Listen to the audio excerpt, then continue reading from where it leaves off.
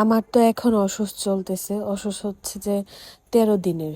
তো দিদিভাইয়ের শ্রাদ্ধ হচ্ছে 23 তারিখে। তো 23 তারিখ পর্যন্ত আমার অসুস্থ চলতেছে। তো এখন দেখা যায় আমার জন্য আলাদা করে নিরামিষ রান্না করা হয়। তো এখন বাসায় সবাই আমার সাথে সাথে তারাও নিরামিষ খাইতেছে। আমি না করছি যে আমার জন্য একটা কিছু হইলেই হবে, তোমরা শুধু মানে একটা কিছু হইলেই হবে, তোমরা অ্যাটলিস্ট নিরামিষ খাও না। কিন্তু দেখা যায় তারা মানে না, তারাও নিরামিষই খাইতেছে।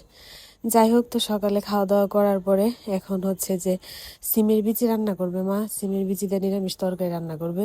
তো এগুলা কালকে রাত্রে ভিজায় রাখছিল। এখন আমি হচ্ছে যে খোসাগুলো একটু ছাড়াই দিতেছি। তো মা অলরেডি রান্না শুরু করে দিছে। তো আমি পরে গিয়া বললাম যে একটু চা করব, 2 চুলায় বন্ধ ছিল। পরে মা হচ্ছে কড়াইটা সরাইয়া দিছে, আর এদিকে আমি চায়ের জন্য জল বসাইলাম। আর সিমের বিচিটা রান্না করবে আলু দিয়ে, আর কি ঝোল করবে। ভাইও বললো যে দিদি একটু চা খাবো আমিও। তো পরে 2 ভাই বোনের জন্য একটু চা করলাম। আর গতকালকে রাত্রে একদম ঘুম হয় না, একদম না। আমাদের এদিকে কারেন্টেরও সমস্যা ছিল। কারেন্ট ছিল না দুপুর 1:30 থেকে সারা রাত, প্রায় ভোরের দিকে কারেন্ট আসছে। তো ঘুমও হয়েছে না, আমার অস্বস্তি লাগছে খুব। তো পরে মানে খুব খারাপ লাগতেছিল, ঘুম না হইলে যা হয় আর কি। আর ইদানিং এমনিতেও আমার ঘুম খুব কম হয়, ঘুম হয়ই না রাতের দিকে, ঘুম হয়ই না, একদম ঘুম হয় না। 1 ঘন্টা গড়ে 1.5 ঘন্টা এরকম ঘুমাই।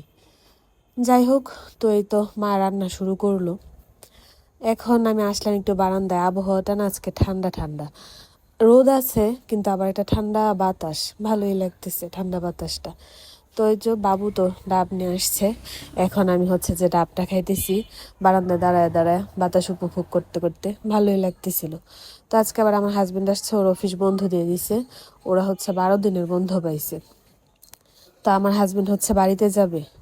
তো আমার এখানে মানে আসছে, আমার কিছু জিনিসপত্র দরকার ছিল, ওষুধ টষুধ, ফেস ওয়াশ, তারপর হচ্ছে যে কন্ডিশনার, তারপর হচ্ছে যে কিছু খাবার, এগুলো দরকার ছিল। ও এগুলো নিয়ে আসছে। এখন হচ্ছে যে আমি এগুলো গুছায় রাখবো। ও আজকে এখানে থাইকা কালকে ঘুম থেকে উঠেই বাড়িতে যাবে, কারণ যেহেতু বাড়িতে এখন কাজ সামনেই। তো এখন বাড়িতে থাকাটাই গুরুত্বপূর্ণ বেশি। নয়তো ওর প্ল্যান ছিল ঈদের বন্ধেতে এখানে কয়েকদিন থাকবে, কয়েকদিন বাড়িতে থাকবে।